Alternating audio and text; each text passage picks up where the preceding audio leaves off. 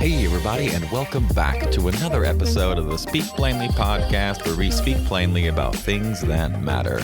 I'm your host, Owl Medicine, and right up front today, I'd like to do a little house cleaning. I have failed, y'all. I have not put out a podcast in a number of weeks. Things have been wild around here. I spent a week in Indiana. I went and visited my family and saw the total eclipse in person, and that was amazing. It was really cool to see, and I mean, just like what a incredible, like once in a lifetime experience. That was really awesome. And it was also awesome spending time with my mom and my sister and my grandma. And what was really cool is we didn't even have to go anywhere. I mean, I did. I had to fly 28 hours in each direction to get there and back. So I didn't have to pay $1,400 for a direct flight, because who has that? Not this guy. So I made it back after watching the eclipse in my sister's front yard for like 3.5 minutes. It was really, really cool.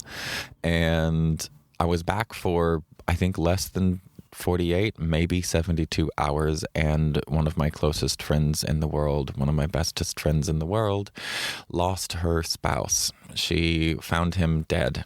And I went to acupuncture school with both my friend and her spouse, and he was a really incredible guy. And so when I found that out, I bought tickets and left the next day and was down there in less than 24 hours from notice. Got down and spent 10 days or something in San Jose with my friend. Which brings me to what I almost did this podcast on, and I will touch on it briefly. I want to touch on grief briefly again for the billionth time. I know that we talk about that a lot on this podcast, but it is a very real thing that I think most people don't know how to do. And I just want to tell you a story about what happened in this.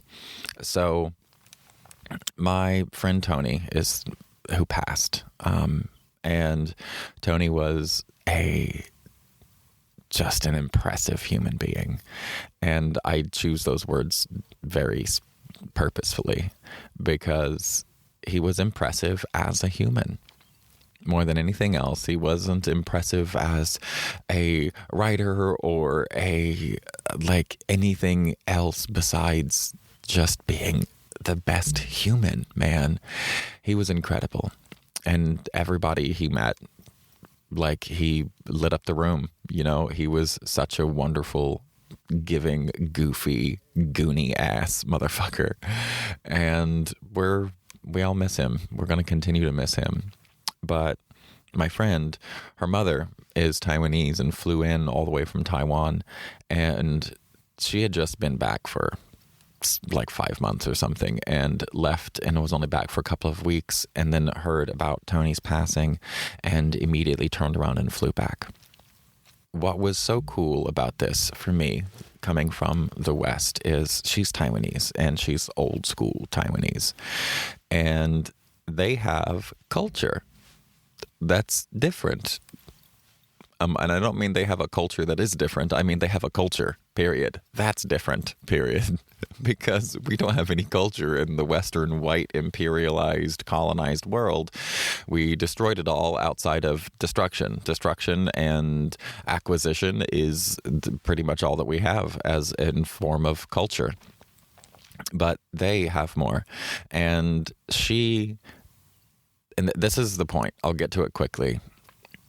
the importance of having practical things to do, not even practical, let me say tangible things to do.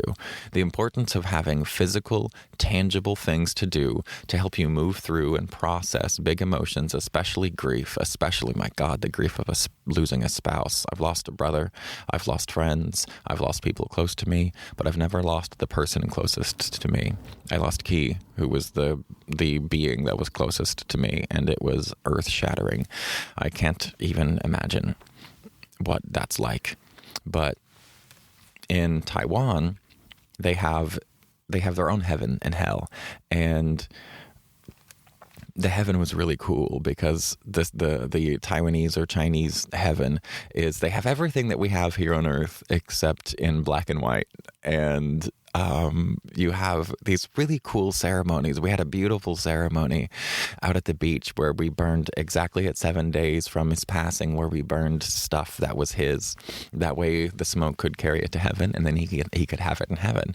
And I love this because, yeah, you hear about stuff like that, but when there is actual culture, there is a reason and a purpose behind it, and that intent changes everything. And so we were able to, as much as having your mother, who can be very triggering, and her mother is for her, whose mom isn't, but her mom is especially triggering for her. Even though having her around was difficult in some ways, there was an amazing beauty in her bringing this tradition and this cultural tradition to the family and to Tony, who was not Taiwanese, and moving through this process where there were physical things that had to be done. Like, as soon as she found out that he died, she, in an hour, immediately dropped everything and went to the death temple. They have death temples there, and she made an offering at the death temple. Then she went to these funeral shops that sell things for these funerals, where I guess it's not for the funeral, it's for some sort of releasing ceremony. I don't know what the name was, but there was paper. She brought a 3-foot paper car, and they have all the fancy cars because, again, it's just like Earth except black and white. And so their belief system says this is the way things work, and so these are the things that you do to foster the stuff that you want. Although, like I said, mom can be triggering. Having something physical and real and tangible that you move through as a way to process your grief is really profound. And I just wanted to leave that out there. And I want to apologize for not putting out a podcast consistently. But that's why I was in Indiana. I was visiting family. There was all kinds of weird, interesting things that happened there. And then I had to turn around and immediately went down to California, spent a little over a week there, and flew back with 15 days before I leave for Nepal. So things have been wild. And I have a show this Friday. So I normally record these on Thursdays now and put them out on Friday, but I'm recording early. I'm recording on a Tuesday because things have been wild. So I have a show on Friday where I'm playing music because, as most of you who listen know, I made a promise to myself when I wrote the book and realized that it was good and it was going to be good and it was going to make an impact, and I might carve the way for me to do some more things in the same vein. I promised myself that I wouldn't allow trauma to run my life, even the recovery of trauma. I wouldn't allow it to run my life.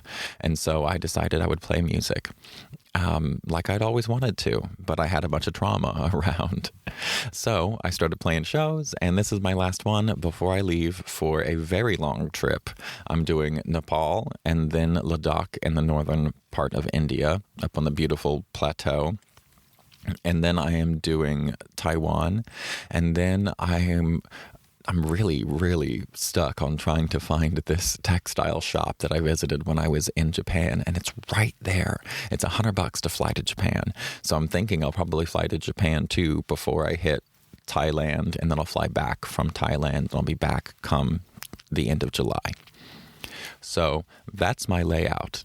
So this brings me to the next piece of housekeeping. The first was this little bit on grief and how different cultures handle things differently.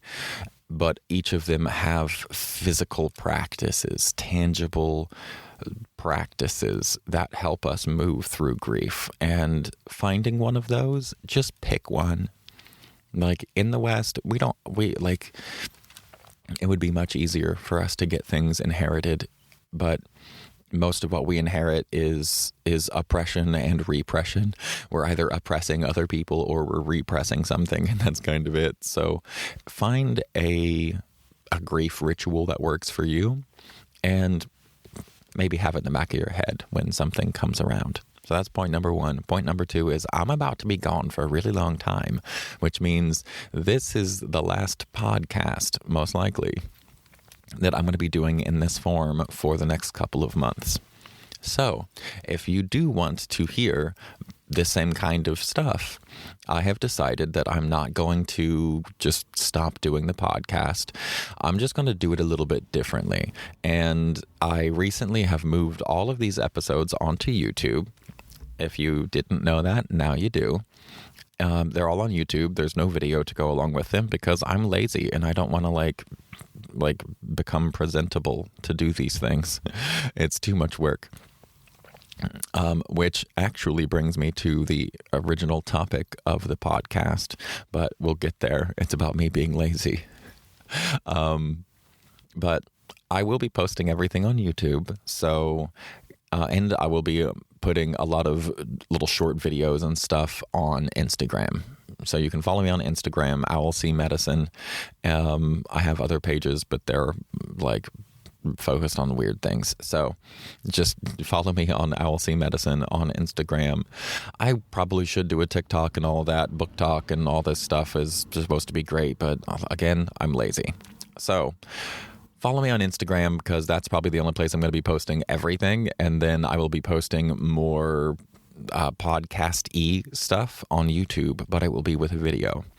I will be using just a pair of headphones instead of my fancy microphone because my fancy microphone takes up space and weight, and I am going to be backpacking the Himalayas. So carrying around already my giant laptop and my camera and two lenses is enough weight. I don't think I need to add a microphone to it, especially with how much, just cut the everything after the especially. All right, so here we are. Now we've gotten the housekeeping out of the way. Grief is wild. 2 is I hope that you will find me on YouTube, and I hope that you will follow me on Instagram so you can get the updates of what I'm doing. Because again, Nepal, and then if you don't know what Ladakh is, I didn't. I literally just Googled most beautiful places and coolest places in the world to visit in June, and all of them were kind of in the same area. It was like Mongolia, Ladakh. And it's a little late to visit Nepal and do like the Annapurna circuit, which was my plan, but it's still going to be beautiful and I'm still going to do it. And all of these places are stunning, and I really like to get very immersed in everything when I travel. I'm not a travel vlogger or anything like that. Again, too much work. But follow me there and you'll get all of the updates and see where I'm going and all that kind of cool shit. So all right, we're leaving that behind. It's been 14 minutes almost of me blabbing about housekeeping. So today's actual podcast is outsourcing willpower to your environment. Why? Because I'm lazy. So I have a real bone to pick with willpower in general, which almost makes me want to like recant all my stuff about Dr. Sapolsky's new book on the absence of free will. But it's not that I think we have zero free will. It's that I think we have extremely little, like so effing little. But I do think that tiny bit is very important. I mean, that's sensitive dependence upon initial conditions. And I think having even the tiniest amount of free will is very important. But this isn't a philosophical episode. What this episode is about is how to outsource your willpower to your environment. What I mean by that is, how do you get things done the easy way instead of using your willpower? Because again, most of us, our willpower is shit. If you had willpower, you could have done the things that you wanted to do by now, right? So why are you still counting on willpower? That's kind of the whole thought that brought me here. In the book, I call this concept environmental prosthetics, and that was introduced to me by a friend who could not remember where she learned it from. I Googled it and I couldn't find it to give proper credit, but environmental prosthetics, it's a fantastic concept, and really all it is outsourcing your willpower to your environment. All right. So what you should be asking yourself is, what am I doing the hard way that my environment can do for me the easy way? How can I use the space around me to make my life easier? So, just to talk about the importance of environment, there was a study done in 1984 on gallbladder surgery. And in the study, they had people in rooms with a brick wall and people in rooms with a window to a tree. There was a window that showed a brick wall, not just a brick wall, sorry. There was a window that only showed the view of a brick wall, and a window that showed a view of a tree. And the results of this study showed that there were less painkillers being taken by the people with the tree in sight. They were also reported to be much more pleasant to be around. They were more pleasant and they took less pain pills because there was a tree outside their window. Which is kind of crazy. It makes sense, but literally just a tree outside the window, that's how impactful our environment is. It literally makes people take less painkillers. So if the environment can heal your body, imagine what it can do for your mind. People on average spend in our modern day, 90% of our time inside. We don't have that much control over the outside. Weather happens, rain happens, tornadoes and thunderstorms and wind and all kinds of things that are uncomfortable and chaotic and out of our control. But inside, we control everything. We even control the climate. We call it climate control. It's AC and central heat. So if we have that much control over our inside, over the environments that we stay in because we're inside of buildings all of the time, then why shouldn't we try to help ourselves out by manipulating our environment to serve us better? What I mean by this is, why don't we use our environment to automate our own decisions? What can we use our environment to, how can we leverage our environment rather to create good habits and make good decisions the easy decision? There was there's the whole thing of I can have a bag of chips or I can have no chips. It is almost impossible for me to have one chip, right? If I have one Dorito, it's game over. If I have one cookie, it's game over. I will eat the entire box, right? Well, I will. I don't know if you know me, but I fucking will. So the way that I get around this and I don't exhaust any willpower is I don't have them in my van. Don't have them in your house. It's that simple. Don't have cookies in your house. That is a very simple way that you can use your environment to automate good decisions. So another example of how environment shapes us is there was a study where there was a German airport where they transplanted the airport. It was in one area and it was about to be moved to another. And some social scientists went, oh, this is a great chance to do a little study here. So they did a study where they surveyed the people in the area where the airport was and in the area where the airport was going to be. And then after they moved the airport, they did that same survey again. And it turns out that wherever the airport was, those children had negative psychological and physiological and behavioral effects. Your home environment should be tailored to you. It should make you feel loved. It should make you feel at home. It should make you feel comfortable. I'm a very growth-oriented person. I'm a very expansion-oriented person. I'm a very, make it better until it's wondrous kind of person. But my home, my van, really is about making me comfortable. It should be about making you comfortable too. But you can grow and expand in other arenas. But when you come home, you should, it should be a sanctuary where you can rest. And that means not wasting your willpower. There are so many ways to do what we want by not wasting willpower. And I think the best way to not waste willpower is to leverage your environment. So for me, it can be hard to regulate, especially in my past. It can be very hard to regulate around groups, large groups of people, especially if it's large groups of people from different walks of my life, because I've had such a weird one.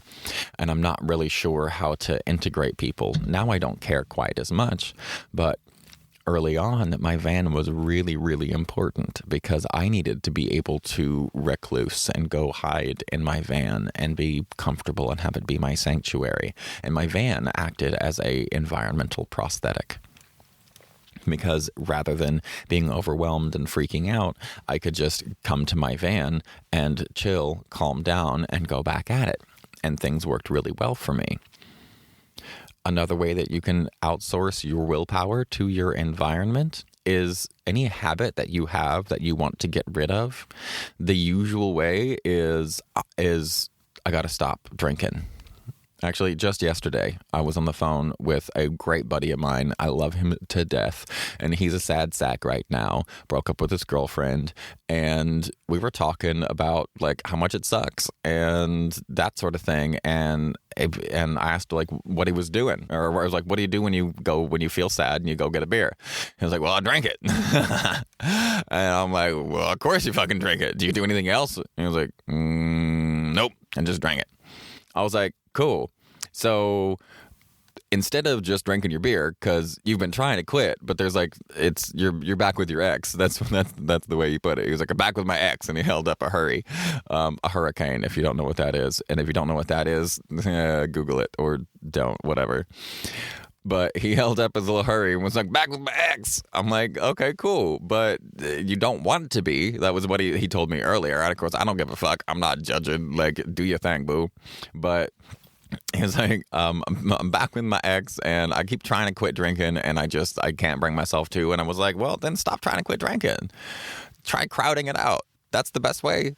If you have a habit you want to break, crowd it out. So what that looks like in this case is this dude is a badass musician, a incredible mandolin player, and I love him to death. And he writes damn good music. And he actually just showed me yesterday a new song. Well, it was new to me. I guess he wrote it a little while ago now, but not that long ago. But anyway, it was new to me. It's fucking dope. I love songs that sound like they've always existed. I think those are some of the coolest things in the world to write. And he wrote another one. So I was like, oh, yeah, that's awesome. Do that. Instead of wasting your willpower trying to extend your not drinking for maximum win another 45 minutes or whatever, why don't you just do something while you're drinking instead, like write some music? So make a rule for yourself that rather than saying I'm going to quit drinking because that's the root of all of my problems, why don't you say that just drinking and being a sad sack thinking about how much of a piece of shit I am is actually the root of all of my problems? Why don't I, since I'm going to drink, since it seems like I'm going to drink no matter what, why don't you just play some fucking music while you get drunk? And then you can be a sad sack, playing some music, writing some beautiful sad music. The end. And I think that's a great way to go about it. And maybe he will, maybe he won't, but I love you. If you're listening, nudes, I love you. You're awesome. And it's okay to be a sad sack. So that's another way.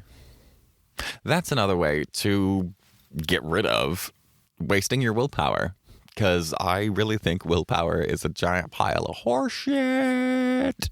I do think that we have free will, but I think it's very weak, and I think it can be grown, but most of the time, even the people who have developed it very strongly have developed it strongly by doing exactly this process. What we're talking about is like these people who seem like they have incredible willpower, they have incredibly regulated and regimented environments.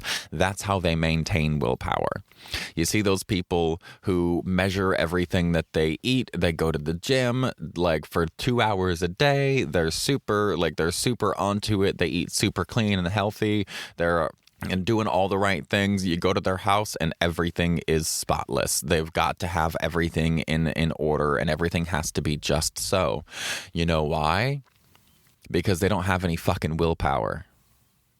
If they had willpower, they wouldn't need to have everything just so. They would be able to like live a totally chaotic life and still measure their proteins and measure their macros and do all that crap. But they don't. And the reason is because they've outsourced willpower to their environment. I hope this is making sense. Let me think of another example. Another way that we can outsource our willpower to our environment. Even acupuncture. So in the Air Force, the first introduction I had to acupuncture was in the Air Force, and we did NADA. The National Acupuncture Detoxification Association is the group, and that also happens to be the name of these 5 points that they put in both ears, and it's used by Acupuncturists Without Borders, and it's used in the military. We used it a lot for smoking cessation. Anytime people came in, they would hey, I want to quit smoking. The certified acupuncturist had the option of being like, hey, would you like to try this acupuncture? And that's great. You go to the acupuncturist, they put some needles in your ears, and then that's an environmental thing that makes your cravings less. So when you get sent off, you have less cravings that you have to waste your willpower less on, right? Wonderful. The way to make that even better is to get put in ASPs, or acupuncture semi-permanent needles. And they're these cute little pieces of glitter needle that get shoved in your ear hole, and they go in the same place that the NADA points do. And they stay in for 3 days to a week. So now suddenly you've created a piece of environment that you carry in your ears that help to reduce your cravings and help you feel more balanced and less dysregulated. That way you want to use less or to smoke less, depending on what you got your NADA for. And then you've now carried your environment with you for 3 days or a week to make your whole nervous system well regulated and to reduce your cravings and to make those cravings less extreme. That is actually a way of manipulating your environment, because your body is your environment. I don't know if you know this, but you live inside of a body, and that body is important. When stuff happens to that body, stuff happens to you. Whether we like it or not, whether that's grief or whether that's a car accident or whether that's inheriting some kind of genetic anomaly that makes us have this, that, or the other problem. All right. So another thing about willpower is we often need willpower when we feel dysregulated, and we're using willpower to not freak out sometimes, those of us like me. So since that is a form of our consumption of willpower, another way that we can kind of get around that to some degree is, I mentioned that your home should be a sanctuary, but specifically, whatever decorations that you have in your house, don't just put shit from TJ Maxx up there. I mean, you can if you want. It's better than nothing, I suppose. Definitely, it's better than nothing. But if you take the time to decorate your environment with things that are genuinely meaningful to you, not things that necessarily look the best or the most expensive or whatever, but things that are meaningful to you. And I mean, hey, when I first got enough money to buy nice things, when I was in the military and setting up my apartment and things, I got nice things, and I got things exclusively because they looked good, because I came from a family where we wasn't a matching plate set in the house or cups or silverware or or anything, and it drove me crazy. I'm not even OCD that way. I'm pretty chaotic, but that drove me nuts, and it reminded me that we were poor, and I didn't want that. So it did help me to do those things, and that was great and wonderful. But over time, I have found things that are both beautiful in the way that I wanted them to be beautiful, in a way that didn't make me feel like white trash, but also had stories. Even if that story is, I need art, so let me grab a friend and go to TJ Maxx and wander the store and have a good time and laugh and joke and cut up and get iced lattes on the way and make an event of it. And then I can go buy my little laying Buddha, like Glyke or whatever that everybody winds up getting from TJ Maxx or Kirkland's. Because what happens when you do that is every time that you look at your lying Buddha or your Kirkland's frame, you are reminded of the story. And narrative is so healing. It is so healing, and it is so powerful in regulation. Our narrative is what determines whether or not our body is well regulated 90% of the time. Because 90% of the time, whatever we're getting dysregulated over is not going to happen, and it's not real. Literally just the other day, there was like a piece of bad news or stressful news. I don't even remember what it was at this point. I've had a few of those recently, and I started, my brain took me down this random road of what could happen, like what might happen. And it went far enough that it was just a thought. And obviously, I know that my body reacts and I see it happen all the time, but it had been a while since my mind went on such a trail that I got so mad that I was just kind of spaced out with my phone in my hand, thinking about what this scenario that would never happen. And I literally cursed at the invisible person in my brain who I was creating.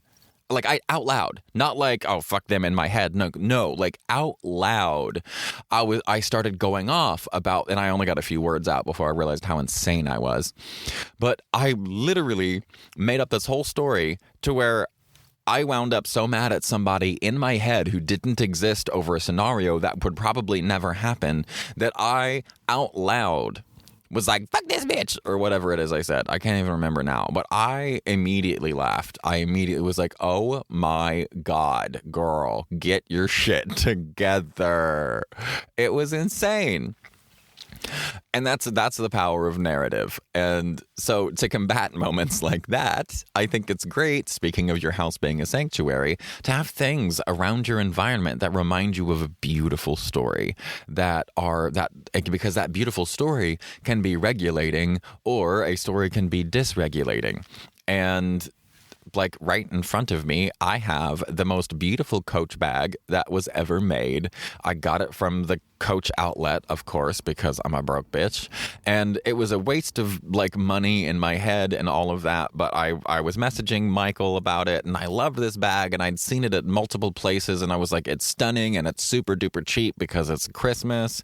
And I had never really spent money on something just because it was beautiful since I was in the military, and that was really just for decorations and stuff. This, I was like, has zero utility other than it's just a little purse, but it's stunning and it matches everything that I wear, and I absolutely love it, and it makes me so happy, and every time I look at it, it makes me happy. It makes me feel like a bougie bitch.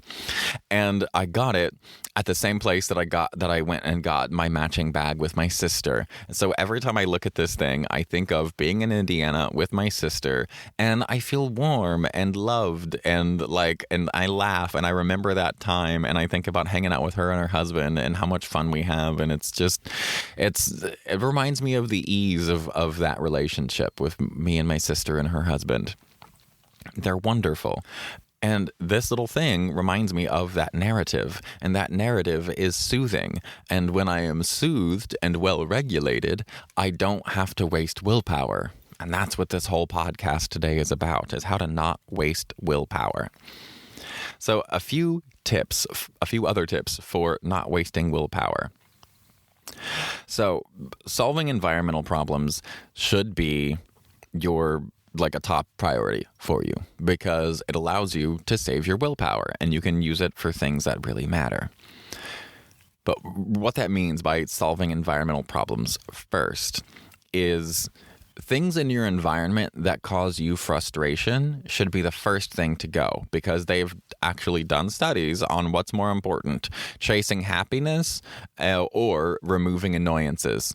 And it turns out that removing annoyances is better than chasing happy or doing the things that would normally make you happy. Doing the things that would normally make you happy while there is an annoyance around you is less rewarding biologically than just removing the annoyances. So instead of trying to overhaul an entire room or wing of the house or your whole fucking life, because so many of us do that, why don't we deal with one environmental problem? Find one thing, like right now, if you're at home or in your car or whatever, look around or think about your space at home and think of one annoying thing about it. Think about one annoying thing in your environment. And no, your spouse or your children don't count because you can't just like hire a plumber and fix them. So, but think of an environmental thing in your house that is an annoyance. And then think of a way to make it less annoying. One thing at a time. That's the Kaizen principle. The Kaizen being small. It's a Japanese thing for small incremental steps. The smallest incremental step that you can possibly make and make one every day. That's that incremental growth thing. Do that. Think of your environment that you spend the most in time, that you spend the most amount. Think of the environment that you spend the most amount of time in. Think of the number one most annoying thing in that environment and try to come up with a way to make it less annoying. So a catchphrase that I got from Struthless, which I love that channel on YouTube. He's so cute too. Oh my God. I love him. But I love, and I stole this phrase from him. It says, surface is not storage. He's another crusty, punky, like kid like me who has gotten his life together. He's a dad now. Seriously, go watch him. Oh my God, he's so cute. I can't stand it. He's awesome. He's so cute. He's so sweet. He's such a neat little artist. I really like his channel. But I love what he goes, surface is not storage. This was first introduced to me by Kaya, by my friend Adrian, and she told me about just flat surfaces. She's like, flat surfaces, they just become catch-alls. But he says, surface is not storage. So instead of putting things down, put them away. That's another great way that we can make our environment really nice, especially for those of us with ADHD. Instead of putting things down, put them away. Anytime something is about to leave your hand, just say that phrase, put it away, not down. Put it away, not down. Don't put it down, put it away. Whichever way works for you. Don't put it down, put it away. And put things away. It's a really great little hack for those of us with ADHD brain.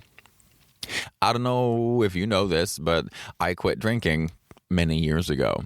And when I did, I could not have any alcohol in the house. It was just that simple. So if you are struggling with your weight or whatever, then just export your hard decisions to your environment. Just don't have those things in the house. And instead of like limiting yourself and saying, I can't have any of these one things, except for the stuff that you know, if you have one, like a whole bag of chips or a whole box of Oreos, make those be hard no's and just don't put them in your house at all. And replace them with things that kind of hit the same spot. If you want a dessert thing, my new dessert thing recently has been pineapple. I've also been eating a lot of meat lately, and it helps break down proteins, and so it's been good for my digestion as well. But it hits that sweet spot that the desserts want. So rather than just cutting myself out of all desserts because they're unhealthy and I'm gaining weight, instead I am replacing my desserts with pineapple. Because it's awesome and it helps my digestion and all of that kind of stuff. That's how we can replace our willpower with environmental prosthetics or prostheses. So, before I let you go, I want you to remember that the space that you live in, the space that you occupy, reinforces your identity. And your identity creates habits. I'm going to say that again. The space that you occupy reinforces your identity. And your identity is what creates habits. So if you want to change your habits, then you need to change your identity. And if you need to change your identity, then you need to change your space. Become the master of your environment, and you will become the master of your identity, and you will become the master of your actions. Thank you very much for joining me. I really hope that you enjoyed this podcast. Again, this is going to be the last one in this form for a couple of months. I'm sorry I was gone, but I'm glad that you're with me now. I hope that you will follow me on Instagram at owlcmedicine. I hope that you will also follow Outsourcing Medicine on YouTube. I have my music and stuff up there, but soon, and the whole podcast. Soon, I'm going to start having like more live stream video things. I might even do a thing on like my packing and what I'm bringing with me and that sort of stuff. But I'm definitely going to be doing podcast like informational stuff there because I can't help but take neat experiences and kind of extrapolate a theoretical basis for it. So I hope that you'll join me on these other platforms. Thank you for being with me this whole time. Thank you for your continued listening. I hope that you have a marvelous week. Wish me luck as I blast through this next week of craziness before I head off to the other side of the world and go hike the Himalayas. If you like the podcast, consider buying me a coffee. The link is in the description. And remember, stay curious and stay uncomfortable.